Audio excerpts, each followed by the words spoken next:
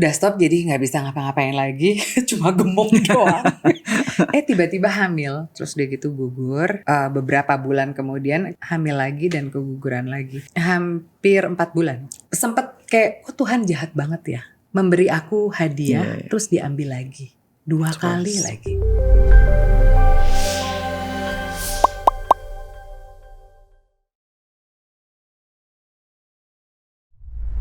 Wait, kalian lanjut nonton video ini, sudah belum? Follow, like, share, dan komen video ini. Please do. Wow, hari ini kita keluar dari studio kita karena emang harus. Untung kita nggak perlu ke Paris jauh-jauh, bisa di Jakarta aja ketemu, tapi harus di luar studio kita. Of course, kalian bisa tahu narasumber saya hari ini, superstar, celebrity, Indonesian, Wadaw. international artist slash panjang banget ya. Panjang banget. Enchanté. C'est moi Grace. Bah enchanté de vous rencontrer. Nous parlons en français? Oh, si vous voulez. Okay, d'accord. No. Anyway, okay. So thank you so much ya. Saya appreciate banget bisa ketemu Anggun karena pas saya beberapa tahun yang lalu, of course sebelum masuk ke dunia media, saya udah tahu dari 10 tahun mungkin 15 tahun yang lalu begitu hebatnya dan begitu internationalnya Anggun. Maksudnya bukan cuma di Indonesia tapi juga di luar negeri. And of course kan Anggun sampai sekarang udah tinggal berapa lama di Perancis ya? Tinggal di Perancis sebenarnya on and off ya. Dulu pertama kali datang tinggal di sana tuh mulai tahun 96. Terus udah gitu tahun 2001 aku minggat ke Kanada, ke Montreal. Terus 2004 aku balik lagi ke Perancis dan non-stop sampai sekarang. Jadi udah 20 something years.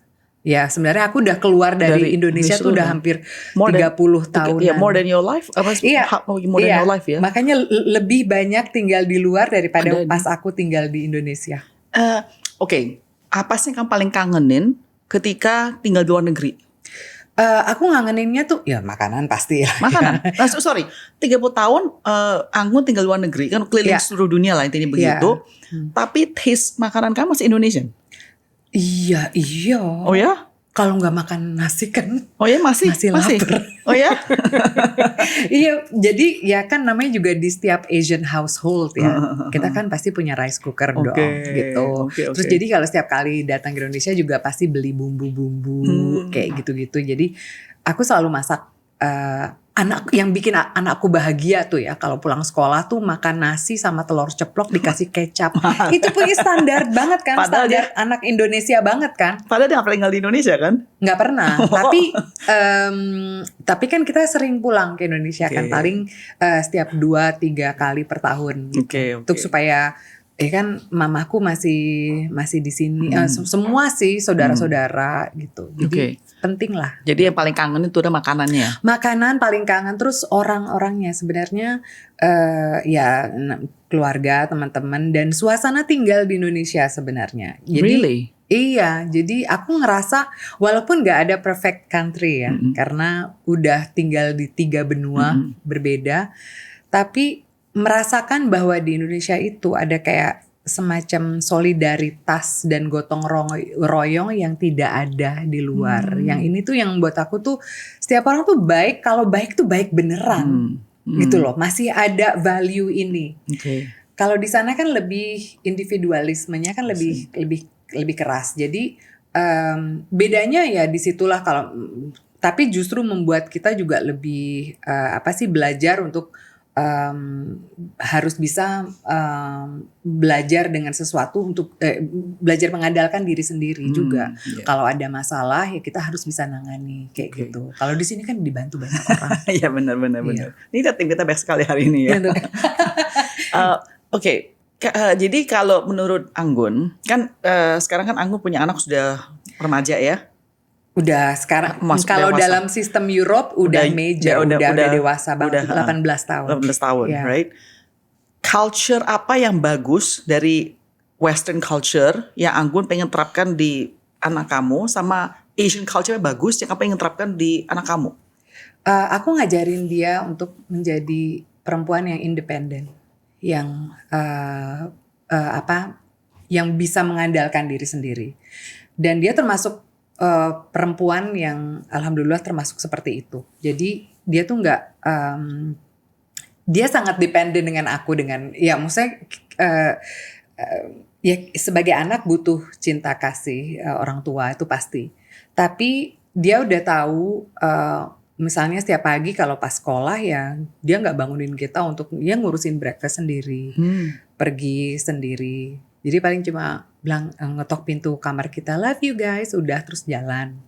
Terus yang aku ajarkan dari Indonesia, value-nya dari sini adalah kekeluargaan.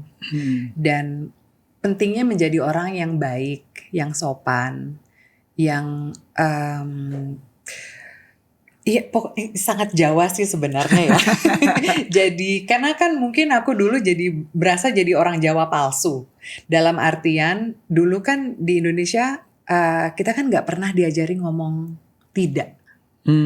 Itu aku ngerasainnya pas aku tinggal di luar negeri, yang segala sesuatunya tuh orang-orang kan banyak yang lancang, yang nanya ini itu segala macam. Jadi kita tuh harus bisa membela diri toh. Dan kalau aku tetap jadi orang Jawa terus yang gitu kan ya akan dimanfaatkan banyak orang. Jadi aku belajar untuk menjadi lebih keras diri. Tapi inilah ada kayak semacam dosis yang kita harus tahu. Jadi aku ajari anakku banyak hal, tapi aku nggak tahu yang nantinya nempelnya itu apa. Sebagai orang tua kan kita hanya bisa memberi contoh. Nanti yang dia tangkap dan yang nanti dia terapi itu ya hidupnya dia sendiri. Banyak orang sekarang ya di Indonesia, mereka itu pengen quote unquote kabur ke luar negeri. Nggak necessarily harus Perancis atau Kanada, tapi anywhere as long as it's not Indonesia. Dan mungkin juga ada, saya kan pernah tinggal di luar negeri di Amerika, tapi nggak selama Anggun of course. Nah anyways, mungkin ada orang kayaknya terbuai dengan social media atau mungkin media in general bahwa wah hidup di luar negeri itu enak sekali, di Perancis croissant every day, who doesn't want that? Bikin gemuk. Ya kan, right? Or Canada, with all the natural parks are so beautiful kan. True. Boleh nggak sih Anggun share? Anggun udah tinggal di luar negeri begitu lama, boleh nggak sih share the harsh reality yang mungkin banyak orang nggak sadar ketika tinggal di luar negeri? Buat aku sih who am I to say gitu loh untuk tetap tinggal di negaramu tuh enggak. Justru aku malah menghimbau untuk banyak orang, untuk apalagi yang masih muda, untuk pergilah ke negara-negara yang lain. Oh ya?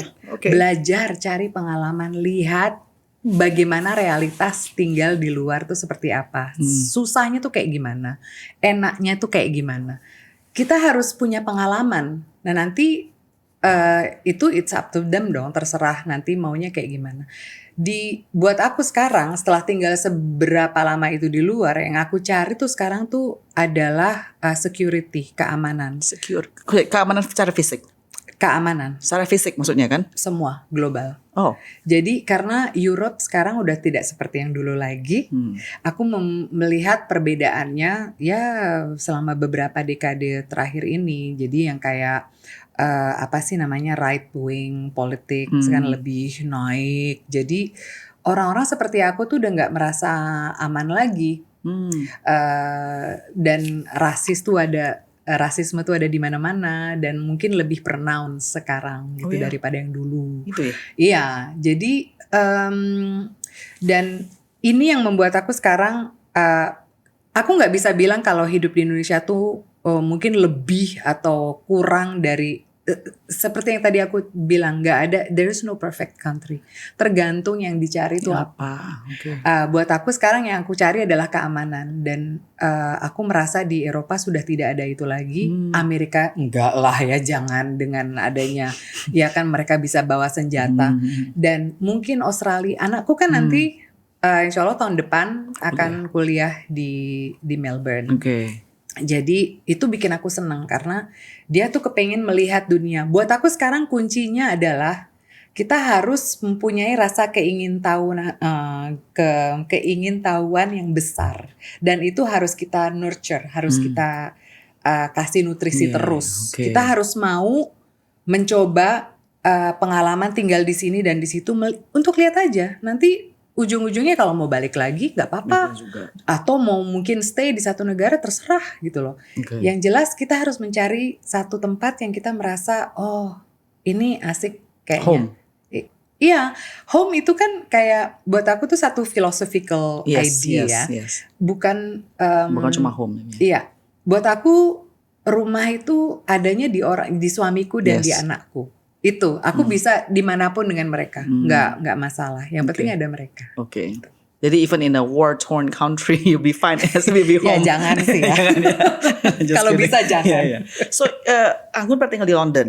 Ya. I remember kamu pernah juga share bahwa di London itu juga dulu susah sekali ya, because I think itu negara pertama kalau nggak salah yang negara pertama iya. Pindah jadi kan ya. Perbedaannya tuh drastis banget. Dan masih struggling sekali pasti itu kan ya. Oh iya. Share dikit dong. Aduh, strugglingnya adalah datang dari Indonesia dengan rupiah, masuknya ke pound sterling. Bayangin. Mbak Des kan tambah parah nih sekarang. Ya maksudnya tuh ini banget kan, nakutin sekali. Dan pada saat itu kan umurku masih 20, hampir 21. Sendiri, gak kenal siapa-siapa.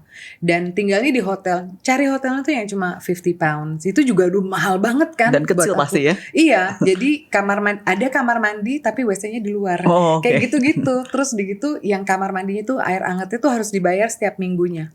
Karena kalau enggak dapet jatah air anget. Wow. Itu benar-benar struggling. Jadi dan setiap hari pada saat itu ya aku kan bikin demo, bikin dengan musisi-musisi yang aku kenalannya juga dari kayak iklan yang di pub gitu. Wow. Oh ada bassist gitu, ada bass player, ada drum gitu, ketemu lah gitu. Kalau misalnya nyambung ya kita coba main musik bareng, terus aku nulis lagu udah, terus nanti aku kirimin ke record label. Pokoknya tuh benar-benar organik, tapi yang zaman dulu banget. Kalau sekarang kan gampang gitu loh. Well that's interesting point ya. Dengan adanya social media dan internet, menurut tapi at the same time kita juga banget competition lebih banyak daripada zaman dulu mungkin loh ya. Bukan mungkin, memang benar. Memang. Oke, so menurut Anggun kalau seseorang aspiring artist or musician, easier now or then? Aku enggak, maksudnya easier untuk making music. Easier now making musicnya. Making music karena sekarang nggak perlu ke studio lagi. Sure. Kita bisa bikin dengan laptop sendiri, bisa asalkan punya ide. Sekarang udah banyak sekali yang bisa membantu kita, cuma bikin sampel di sini gitu. Pokoknya teknologi membantu kita. Oke. Itu yang mudahnya. Yang susahnya adalah kompetisi itu tadi. Kalau dulu mungkin kita tuh selalu nunggu datang album barunya satu artis yang satu grup yang kita tuh nunggu, aduh belum ini masih setahun, mesti 2 tahun lagi. Kayak gitu, terus gitu jarang sekali ngeliat mereka konser. Dan yang aku lihat juga adalah album satu artis atau satu grup yang nomor 1 di kayak Billboard charts, semua orang tahu.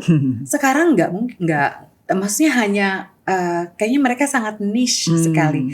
Kalau lihat ada satu artis yang mungkin hanya fans-fansnya aja yang tahu, yang membuat albumnya jadi number 1 kayak gitu. Jadi kayak epiphenomenon gitu. Dan sekarang kalau kita lihat di Spotify ya, karena kan sudah tidak penjualan album lagi tapi streaming.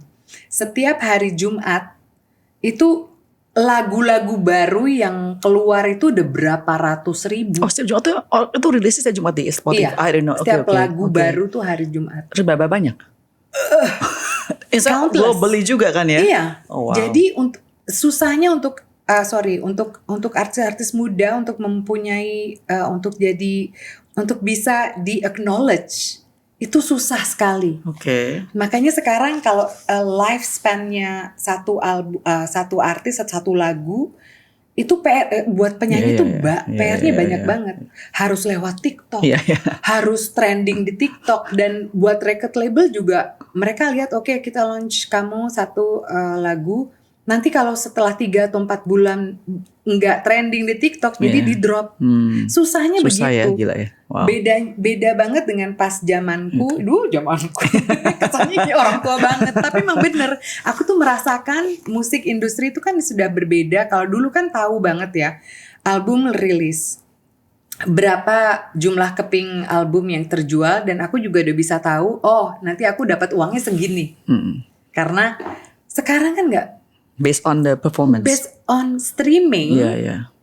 Satu kali lagu tuh di stream itu kita dapatnya satu kali play ya. 0,0003. Jadi maksudnya Iya. aku inget banget dulu waktu Daft Punk ngeluarin satu lagu dengan Pharrell Williams yang Get Lucky. Okay. She's up all night to the sun.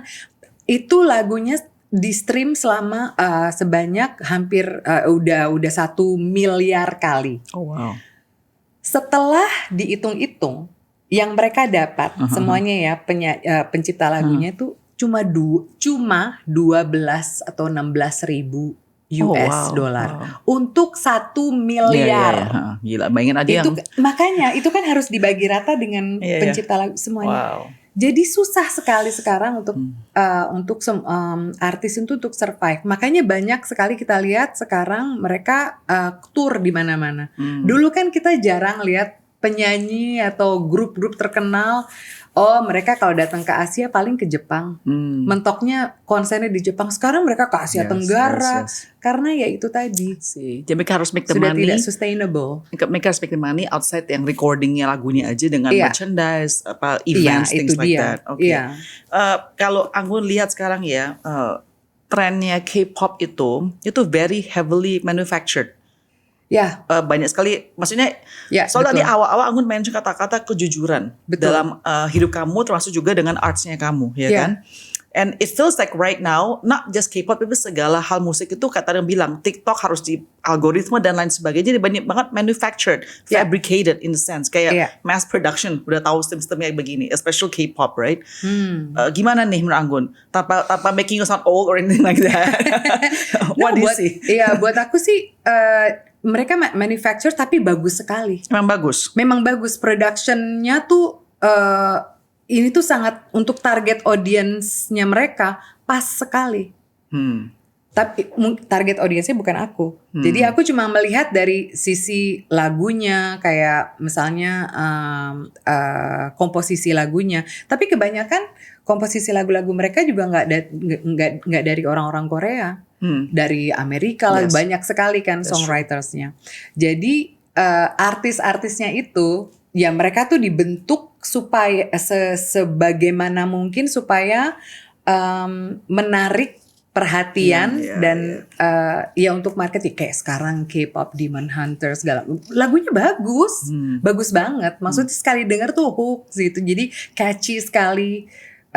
Nggak ada yang kita bisa bilang bahwa itu jelek, nggak ada, karena kan musik itu kan subjektif ya. That's true. Jadi setiap orang tuh bebas dan aku who am I to judge gitu loh. Asalkan itu bisa memberi. No, nggak, maksudnya dalam bermusik kan as long as itu gives you happiness, udah itu aja. Nggak it's not so deep gitu loh. Tapi kalau kita mungkin yang aku cari dalam bermusik tuh beda. Aku suka Leonard Cohen, aku suka penyanyi, pencipta lagu, aku suka baca lirik. Aku suka baca kan. Bapak aku kan dulu pengarang buku. Jadi aku tuh selalu menjunjung tinggi itu kekreativitasan dalam bermusik yang gak instan, yang gak ya itu tadi. Tapi musik itu harus maksudnya untuk siapapun. Universal. Back to struggling days-nya Anggun pas awal-awal. Nggak di London doang ya, tapi I can imagine saya juga banyak suka baca news dan biografi orang-orang terkenal, artis maksudnya musicians, actor dan lain sebagainya. Tadi kan Anggun mention ada pernah mengalami racism, mungkin I don't know if that's back then atau sekarang ya. Itu sekarang. Sekarang racism malahan. Iya, malah sebenarnya nggak aku personally ya, tapi aku melihat ada rise rasisme sekarang tuh lagi naik-naiknya. Jadi mungkin karena kebanyakan politician di mana-mana mereka selalu negara ini hanya untuk orang-orang yang dari pribuminya mereka lah gitu.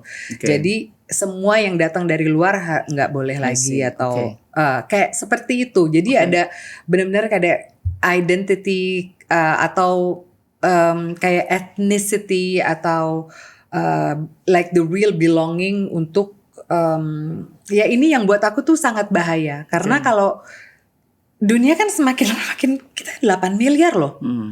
Dan ini tuh kan ada mixed blood, ada perkawinan campur, iya kan?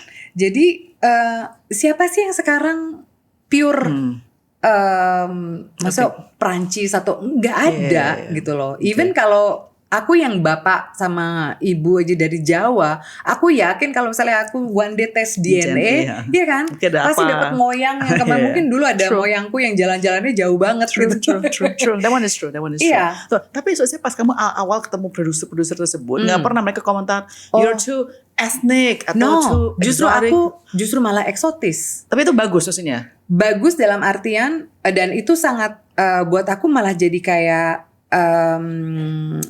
apa sih namanya, jadi kayak senjata nomor 1. I see. Uniqueness lah ya intinya. Iya. Karena aku nggak mencoba untuk jadi orang lain.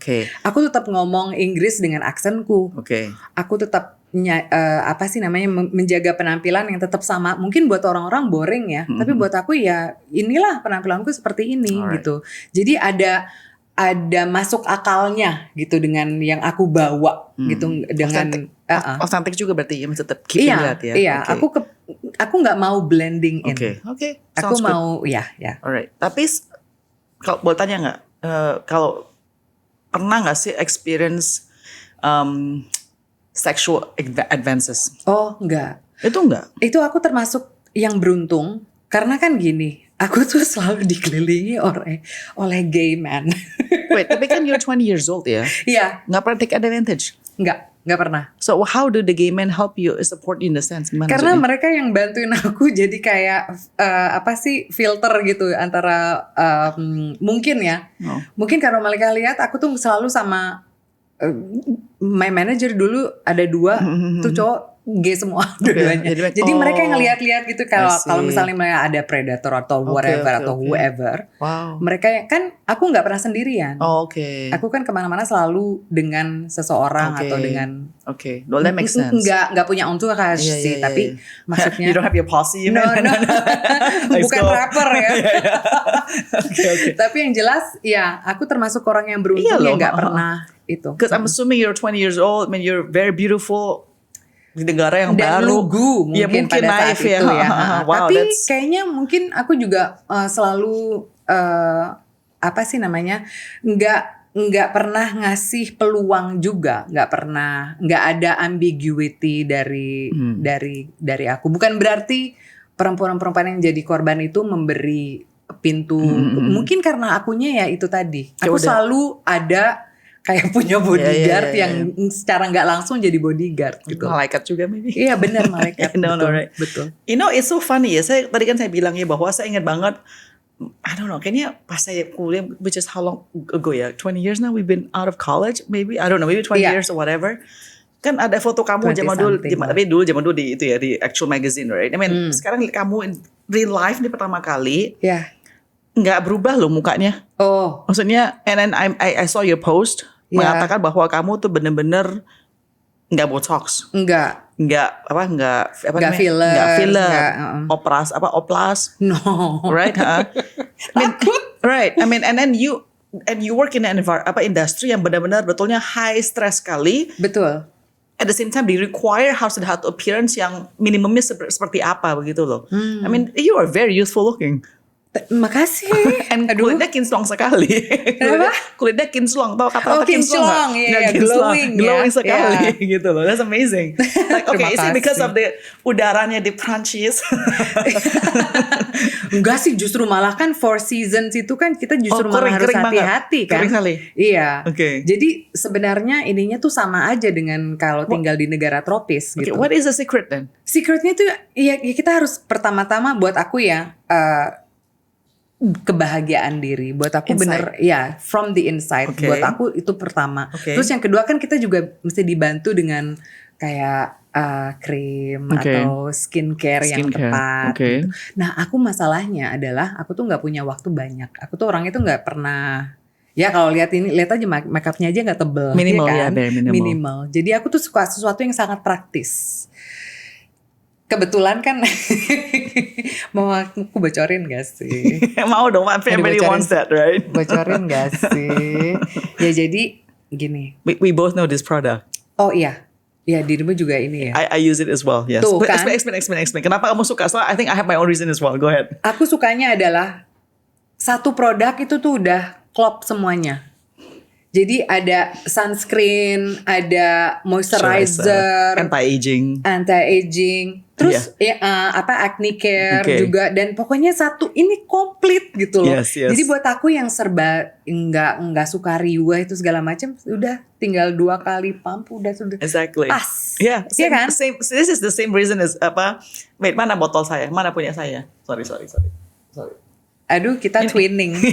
Enggak, ini jujur saya nggak tahu, Anggun kan nggak tahu saya. Maksud saya tuh nggak pernah pakai skincare, jujur. Iya. Saya tuh bahkan cuci muka pakai air nggak pakai sabun. Beneran. Bener. Tapi your skin looks good loh. Jadi maksudnya pori-porinya kecil. Iya. So I'm lucky in the sense. Saya nggak pernah kena jerawatan juga sih my life gitu loh. Wow. So anyway, my friend pernah bilang, cobain web self care.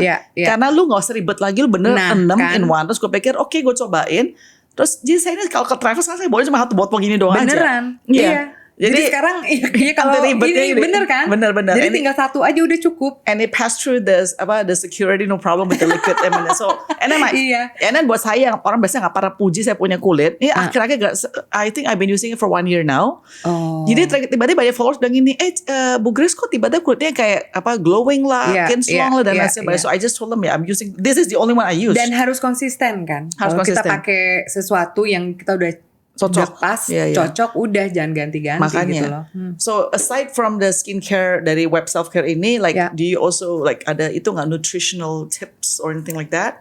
Enggak sih. You don't eat junk food? Face yoga. Of what? Can you show? Atau nggak boleh? Nggak bisa kan makeup, nanti makeup artisku marah-marah. Maksudnya biar kenceng atau pasti iya, baca? Jadi misalnya kan ya badan kan juga kita harus kayak senang, harus ditoning sedikit. Kita juga bisa loh Pak. Kan sekarang kan pakai gua sha kayak gitu-gitu untuk ini kan otot gitu loh. Jadi harus dikencengin. Jadi ya buat aku sih ya paling sedikit-sedikit gini digituin gitu.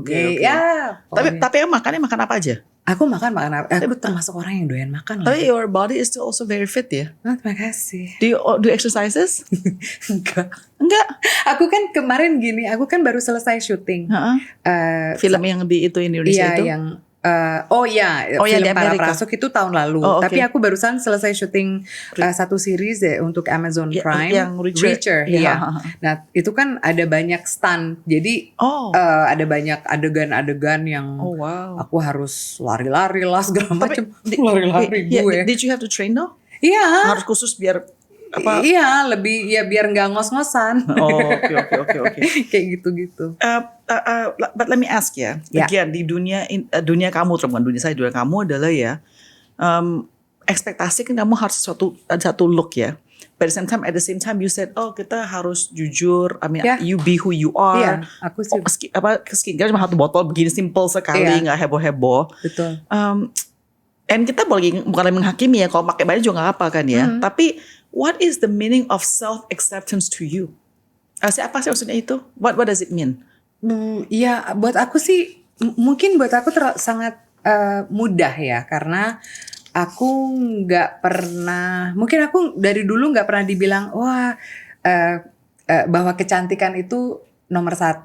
Aku nggak, I didn't grow up with that. Yang penting tuh harus bukan mukanya tapi isi kepala kayak gitu. Terus attitude itu yang paling penting. Jadi pas begitu industri bukan meminta sih sebenarnya, ada mungkin kadang kalau kita merasa, kan aku juga kadang ngerasa, namanya juga kita perempuan kan, kita bangun dengan mood yang beda kadang gitu. Jadi kita ya kadang ngerasa nggak cantik lah, nggak ini nggak itu.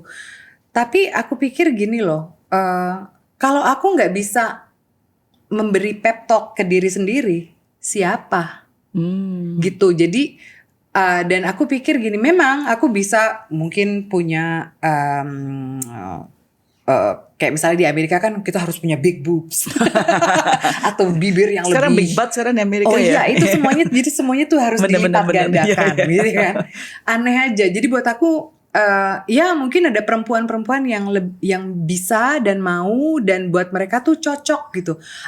Buat aku sih enggak, karena jejak digital kan banyak Iya, gitu benar, loh. benar, benar. Jadi ada banyak orang yang bilang, oh aku nggak ngapa-ngapain. Tapi kan lu lihat tuh bedanya. Iya, benar. Satu-satu yang aku ganti dari appearance cuma gigi.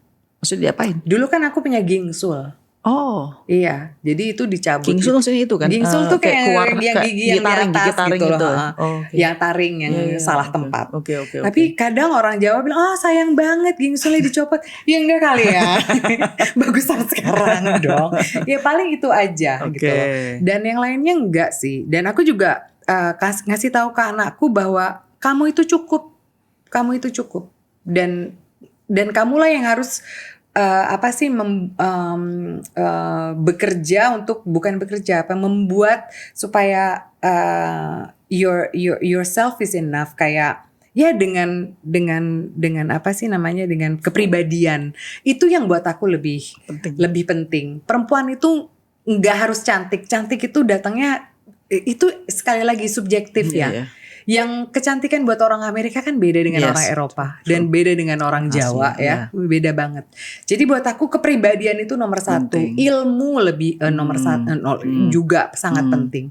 Yang penting itu. Yang lain-lainnya kosmetikan lah. Kita dengan makeup artist yang jago, aduh bisa shading lah segala macem. Jadi bisa, maksudnya ada banyak trik sebenarnya kalau misalnya merasa, atau kalau sekali lagi kalau misalnya ngerasa hidungnya terlalu gede atau matanya terlalu atau gimana gitu, silahkan kalau mau oplas. Aku sih nggak menghakimi siapa. Yang penting kita harus merasa at peace dan merasa bahagia. Itu accepting yourself. Accepting ya. It's interesting ya. Ini ada satu tren kan, mungkin Anggun pernah dengar dong Wegovy, Ozempic, all this kind of thing, right? Iya. Oh iya. Ya kan, of course kan. Nah, dulu banyak banget musician, artis, aktor dan semacamnya di Hollywood ya. They're all big size. Tiba-tiba kan langsung take the Ozempic. But now they're so super skinny banget. They lost so much weight. So everybody's criticizing. Lu dulu talk about body positivity, accept who you are, but actually you wanted to be skinny all this time. What do you think of that? Susah sekali buat aku memberi opini tentang ini karena ya saya nggak pernah sebesar itu. Dan itu terserah sih, sekali lagi. Yang jelas kayaknya kita juga harus jujur dong dengan your life journey, dengan the journey of your body. Aku dulu pernah kan, ini agak share ya, personal sih sebenarnya. Waktu sebelum COVID, dengan suami kan aku mencoba untuk conceive, punya anak lagi. Jadi aku suntik hormon segala macam. Badanku sempat besar gitu, dan setiap kali ada acara TV lihat gitu komentar-komentar di Instagram atau kayaknya dia kayaknya mesti olahraga deh ya gitu. Umur segitu sudah lumayan, udah pastilah lemak-lemaknya numpuknya kayak gitu-gitu. Dan aku ngerasa aduh susah ya jadi perempuan. Susah sekali karena kita selalu diminta untuk kayak harus ada masuk ke sample size segala macem. Dan akhirnya kan aku udah nggak bisa lagi punya anak karena dari sekarang udah 51, pabriknya udah tutup ya. Dan wes kita udah nerima, ya udah nerima aja. Walaupun ini termasuk salah satu yang buat aku paling sedih. Aku kepingin sekali punya anak lain. Dan waktu itu sempat hamil dan iya. Wait, after that yang suntik hormon tuh pernah hamil? Iya. Terus tapi keguguran? Iya, keguguran. Berapa kali? Berapa kali? Iya, dan itu ya itu buat kita terpukul sekali, apalagi anakku. Dan itu sebelum dan sesudah COVID. Jadi selama beberapa tahun itu aku tuh membawa berat badanku sebagai satu kayak apa sih, kayak bukan souvenir yang baik. A battle scar. Ya. Okay. Ya. Dan setelah itu tiba-tiba ya udah aku bilang ya you have to snap out of it juga. Kita juga harus moving on to something. Gitu. Tapi your first child gak ada masalah ya conceiving? Karena kan aku masih muda waktu itu. Umurku masih 30-an waktu aku hamil Kirana, ya kan? Tapi kan maksudnya kalau nggak you never had infertility issue berarti dong? Nggak pernah. Cuma karena umur? Iya, jadi akhirnya waktu aku, jadi gini, setelah suntik hormon segala macam, kan tiba-tiba COVID dong, jadi udah stop jadi nggak bisa ngapa-ngapain lagi, cuma gemuk doang. Tiba-tiba hamil tanpa itu semua. Dia udah terus udah gitu gugur dan beberapa bulan kemudian kayak half a year hamil lagi dan keguguran lagi.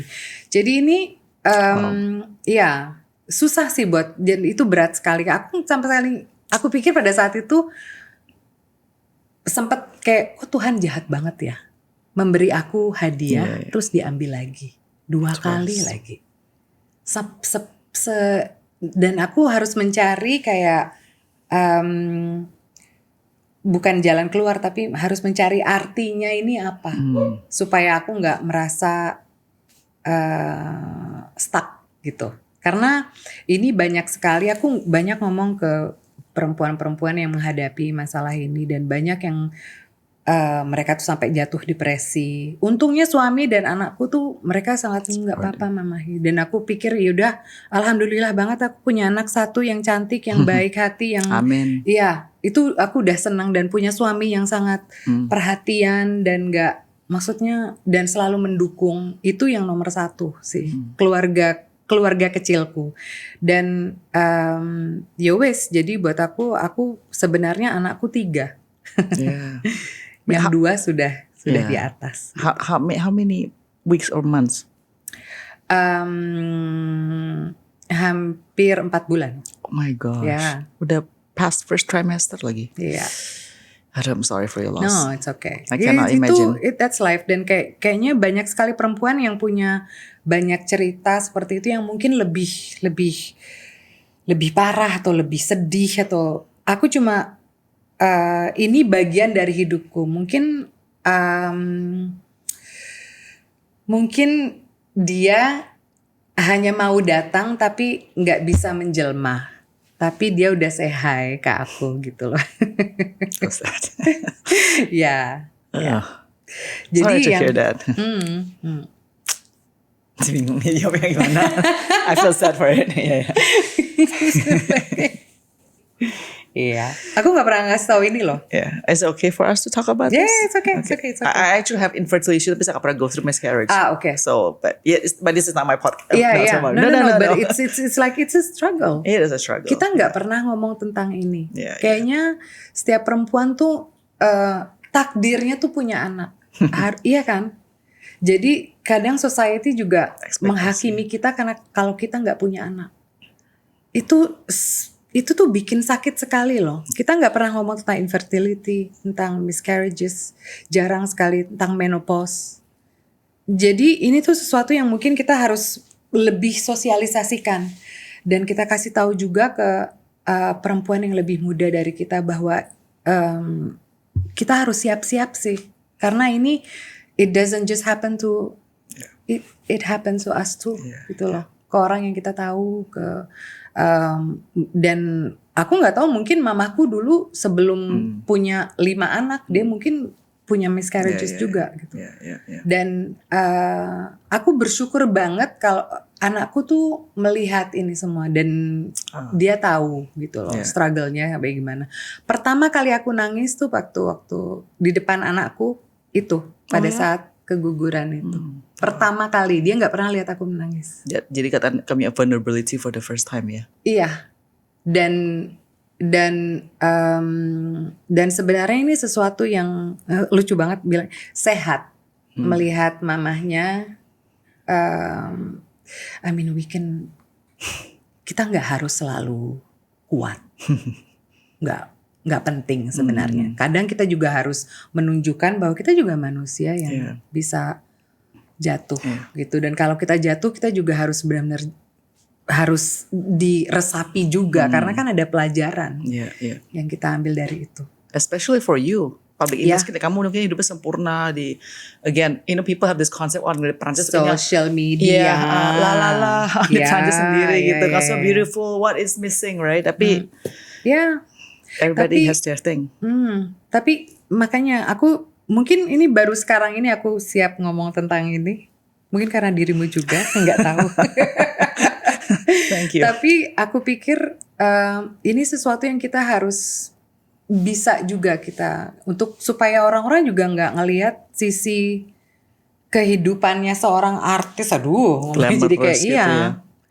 Kita manusia biasa kan. Iya. Kita juga mengalami banyak naik turunnya dan kadang naik turunnya hidup itu di depan kamera pada saat Yes. 2 hari setelah itu aku harus syuting ini dan harus harus tetap on gitu loh. Dan sampai rumah baru nangis lagi, baru ya kayak gitu-gitu. Tapi aku pikir ini satu pelajaran sekali lagi, dan untungnya aku perempuan loh. Aku merasa karena mungkin kita tuh udah biasa kali ya diminta banyak hal. Jadi kita tuh tahan banting. Buat aku pikir ya nggak pernah merasa atau nggak pernah kepingin berada di sisi laki-laki. Tapi aku ngelihat suamiku tuh merasa nggak berdaya. Dia nggak mau gimana. Dia cuma bisa present gitu. Kehadirannya di situ aku bilang lu udah cukup bantu banget gitu loh. Dan tapi melihat dia ngerasain bahwa aku yang merasakan ini semua. You know, though, I think one thing I learned from you from the beginning until now, kamu sangat jujur sekali ya. Not the word jujur, authentic sekali ya. Jadi in your life I notice ada consistency of the authenticity there. By the way, hari ini kita nggak even sempat ngobrol tentang karir film project barunya. Udah biasa. Itu sorry. I feel like this one is a very interesting conversation I need to talk to you about. Jarang loh aku di interview dengan perempuan. Oh, okay. Dan buat aku kalau kita pokoknya kan angle-nya kan pasti beda. Suasananya pasti beda. Jadi itulah ngomongin tentang karir oke. Maksudnya kita bisa tahu lewat Google juga tahu. AI sekarang. Iya. Walaupun nggak accurate gitu loh. Karena ada banyak bohong-bohongnya juga. Gue nggak tahu apa. Tapi ini lebih interesting. Thank you so much, Anggun. Thank you for your honesty. Thank you for your vulnerability. And hope tadi yang Anggun katakan ya teman-teman bahwa kita sebagai perempuan, kita semua ada masalah kita masing-masing, ada insecurity kita juga, it's okay. And I think Anggun also shared with us, dia walaupun dia artis terkenal, dia bukan elitis juga, accepting everybody, right? So thank you so much. I really it's such an honor to meet you. Thank you so much. Makasih.